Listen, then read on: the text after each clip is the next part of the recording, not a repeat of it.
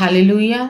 प्रभु यीशु के मधुर नाम में आप सभी को जय मसीह की। मैं Suman power of holy spirit channel में एक बार फिर से आप सभी का स्वागत करती हूँ। प्रियो, आज मैं विषय लेके आई हूँ और आज का हमारा जो टॉपिक है वह है प्रार्थना। आज प्रार्थना के ऊपर हम चर्चा करेंगे। प्रार्थना के ऊपर जो टीचिंग है वो काफ़ी लंबी चलेगी और प्रार्थना के बारे में बहुत सी बातों को हम इस कड़ी में सीखेंगे। तो आप सभी लगातार हमारे साथ बने रहिएगा। तो आज हम देखेंगे कि प्रार्थना शब्द का मीनिंग क्या होता है, प्रार्थना किसे कहते हैं, प्रार्थना किस प्रकार से हमें करनी चाहिए और प्रार्थना किससे हम करते हैं। आज इन तीनों बातों को हम देखेंगे। प्रार्थना का मीनिंग क्या होता है, प्रार्थना किससे करना है हमें और प्रार्थना किस प्रकार से हमें करनी चाहिए। इन तीनों बातों को आज के इस विषय में हम देखेंगे। तो सबसे पहले हम देखते हैं कि प्रार्थना का मीनिंग क्या है। तो प्रार्थना जो शब्द है उसका अर्थ है मांग करना या विनती करना या आराधना करना। यानी प्रार्थना जो शब्द है इसका जो इंग्लिश में जो मीनिंग है वो है रिक्वेस्ट, प्रेयर का मतलब होता है रिक्वेस्ट करना यानी विनती करना। यानी हम किसी से कुछ मांग रहे हैं या किसी के सामने हम विनती कर रहे हैं या आराधना करना, ये जो है ये प्रार्थना का अर्थ है। अब हम ये देखते हैं कि बहुत से विश्वासी जो हैं उनका ये क्वेश्चन होता है कि वो कहते हैं कि हमें प्रार्थना करना नहीं आता, हम प्रार्थना कैसे करें और हमें किस प्रकार से प्रार्थना करनी है, किन शब्दों में हमें प्रार्थना करनी है, कौन से शब्द हम यूज करें कि हमारी प्रार्थना जो है वो परमेश्वर के निकट जाए। तो आज प्रियो हम इसी विषय पर बात करेंगे कि प्रार्थना आखिर प्रार्थना हमें किस प्रकार से करनी चाहिए, प्रार्थना किससे करनी चाहिए, किन शब्दों में हमें प्रार्थना को करना है। तो पहले हम ये देखते हैं कि प्रार्थना हमें किससे करना है, क्योंकि हम जो बिलीवर्स हैं या जो न्यू बिलीवर्स हैं जो इस समय मेरी आवाज को सुन रहे हैं, तो पिता, पुत्र और पवित्र आत्मा, हम तीनों पे बिलीव करते हैं कि हमारा परमेश्वर पिता है, प्रभु यीशु हमारा उद्धार करता है और पवित्र आत्मा हमारा सहायक है। अब हमें ये देखना है कि हमें प्रार्थना किससे करनी है। बहुत से लोग क्या करते हैं, प्रभु यीशु से प्रार्थना करते हैं, यानी अपनी बातों को रखते हैं या जो आशीष चाहिए होती है वो प्रभु यीशु से मांगते हैं कि मुझे ये आशीष चाहिए, मुझे ये आशीष चाहिए, यानी प्रभु यीशु से मांगते हैं। बहुत से ऐसे लोग हैं जो पवित्र आत्मा से मांगते हैं कि पवित्र आत्मा आप मेरे लिए ये करो, आप मेरे लिए ये करो, आप मेरे लिए ये करो। बहुत से लोग हैं जो परमेश्वर से मांगते हैं, डायरेक्ट परमेश्वर से मांगते हैं कि परमेश्वर पिता आप मेरे लिए ये कीजिए।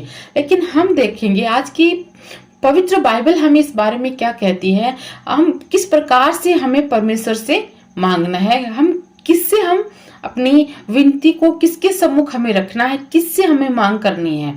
तो हम देखते हैं, तो हम वचन से देखते हैं यूहन्ना की पुस्तक उसका 16 अध्याय उसकी 23 और 24 आयत। इसमें लिखा है, उस दिन तुम मुझसे कुछ न पूछोगे, मैं तुमसे सच सच कहता हूँ, यदि पिता से कुछ मांगोगे तो वह मेरे नाम से तुम्हें देगा। अब तक तुमने मेरे नाम से कुछ नहीं मांगा, मांगो तो पाओगे ताकि तुम्हारा आनंद पूरा हो। आमीन। यहाँ पे प्रभु यीशु क्या कह रहे हैं कि यदि पिता से कुछ मांगोगे तो वह मेरे नाम से तुम्हें देगा। यानी हमें अपनी प्रेयर को, हमारी जो रिक्वेस्ट है, हमारी जो मांगे हैं वो हमें परमेश्वर पिता से मांगनी है, लेकिन प्रभु यीशु मसीह के नाम में होकर, प्रभु यीशु के नाम में होकर हमें परमेश्वर पिता से मांगना है।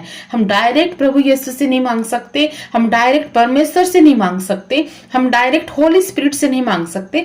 हमें सिर्फ परमेश्वर पिता से मांगना है, लेकिन प्रभु यीशु के नाम में होकर। एक वचन इसमें हम और देखते हैं, यूहन्ना की पुस्तक उसका 14 अध्याय और उसकी 13 आयत। इसमें भी प्रभु कह रहे हैं कि जो कुछ तुम मेरे नाम से मांगोगे वही मैं करूंगा कि पुत्र के द्वारा पिता की महिमा हो। आमीन। यानी कि हमें प्रभु यीशु के नाम से मांगना है। जब हम प्रभु यीशु के नाम से होकर पिता से मांगते हैं तो परमेश्वर हमारी प्रार्थना को सुनते हैं। तो हमें प्रार्थना किससे करनी चाहिए? हमें प्रार्थना परमेश्वर से करनी है, प्रभु यीशु मसीह के नाम में होकर। प्रभु यीशु के नाम में होकर हमें परमेश्वर से प्रार्थना करनी है। अब हम देखते हैं कि हमें प्रार्थना जो है वो कौन से शब्दों में हमें प्रार्थना करनी चाहिए, किस प्रकार से हम परमेश्वर के सामने हम अपनी रिक्वेस्ट को रख सकते हैं, अपनी मांगों को रख सकते हैं, या प्रेयर में हमें कौन से शब्द हैं जो हमें प्रेयर में बोलने हैं। क्योंकि बहुत से जो नए नए लोग जो प्रभु में आते हैं उनका यही सवाल होता है कि सिस्टर हमें नहीं पता कि हम प्रार्थना कैसे करें, हमें प्रार्थना किस तरह से करनी चाहिए, तो आप हमें बताइए कि हम प्रार्थना कैसे करें।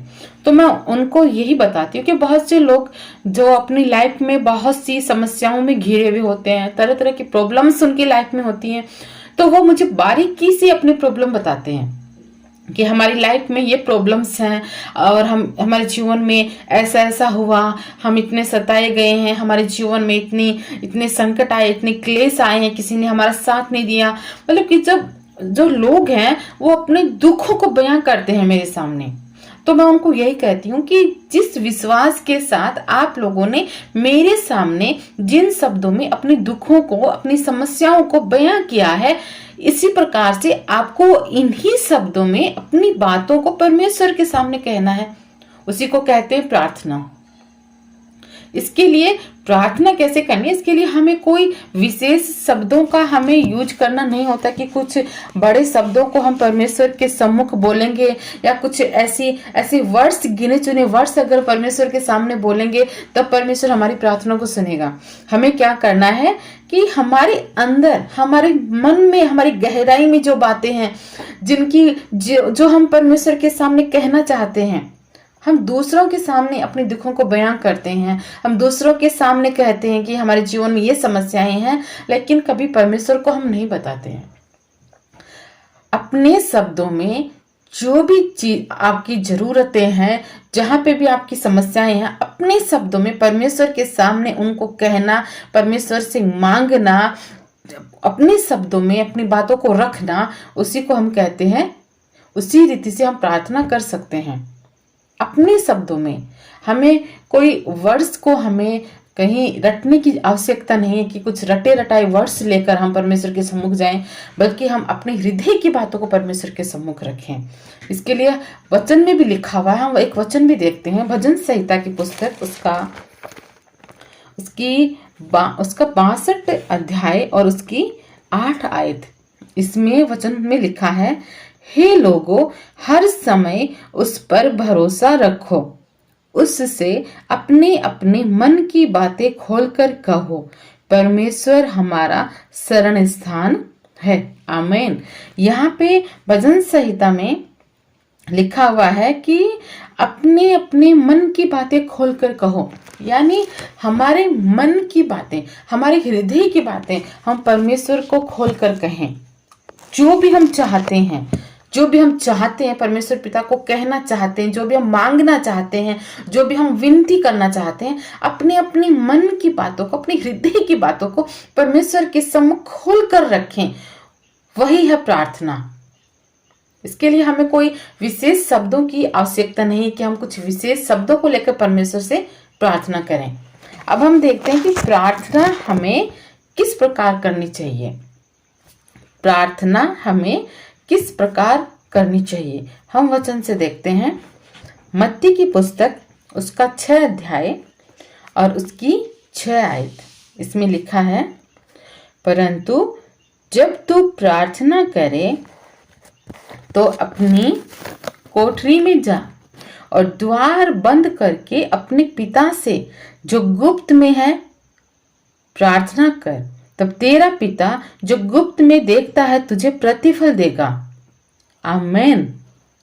यानी यहाँ पे ये वचन कहता है कि जब तू प्रार्थना करे तो अपनी कोठरी में जा, यानी एक ऐसी जगह पे जा जहां पे तो अकेला रहे। यानी जब हम प्रार्थना करें तो हमें एक ऐसी जगह का चुनाव करना चाहिए जहां पे हम एकांत होकर हम प्रार्थना कर सकें। एक ऐसी जगह का चुनाव हमारी लाइफ में होना चाहिए कि जब हम प्रार्थना करें तो कोई हमें डिस्टर्ब ना करे।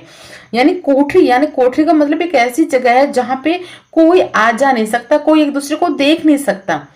तो कोठरी में जा और अपना द्वार बंद करके अपने पिता से जो गुप्त में है उससे प्रार्थना कर। यानी एकांत में जाकर ऐसी जगह का चुनाव करें जहां पे सिर्फ आपको परमेश्वर पिता ही देख सके। तो इस प्रकार से हमें प्रार्थना करनी चाहिए। और ये जो प्रकार है कि यानी एक एकांत में जो प्रार्थना करना, इसको हम कहते हैं पर्सनल प्रेयर।